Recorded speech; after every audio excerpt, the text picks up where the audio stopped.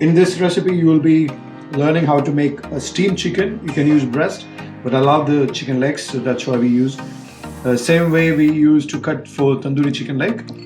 You can check my other video. If you don't want the skin, you can remove it, otherwise keep the skin. So start with lemon juice. So after lemon juice, salt. Ensure it's not too much salt as well. And then nicely crushed pepper. Freshly crushed pepper is good for flavor. And you can do that on both sides.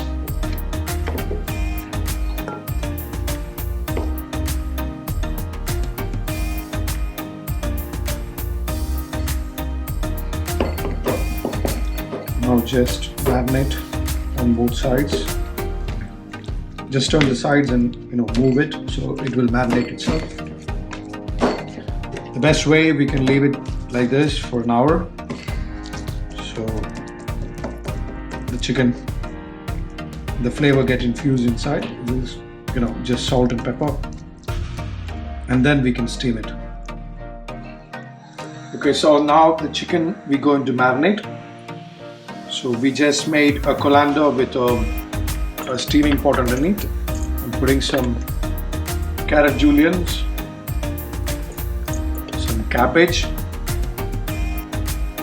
some onions that we can use it when we plate it. That'll be nice. All the juice from the chicken also get absorbed in the vegetable. So putting the chicken like this. So now we keep it covered.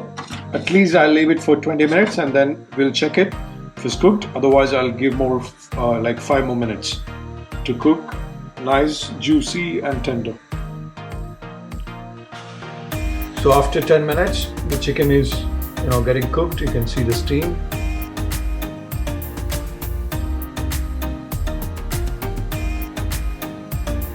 So after 20 minutes the chicken is, I believe it's cooked.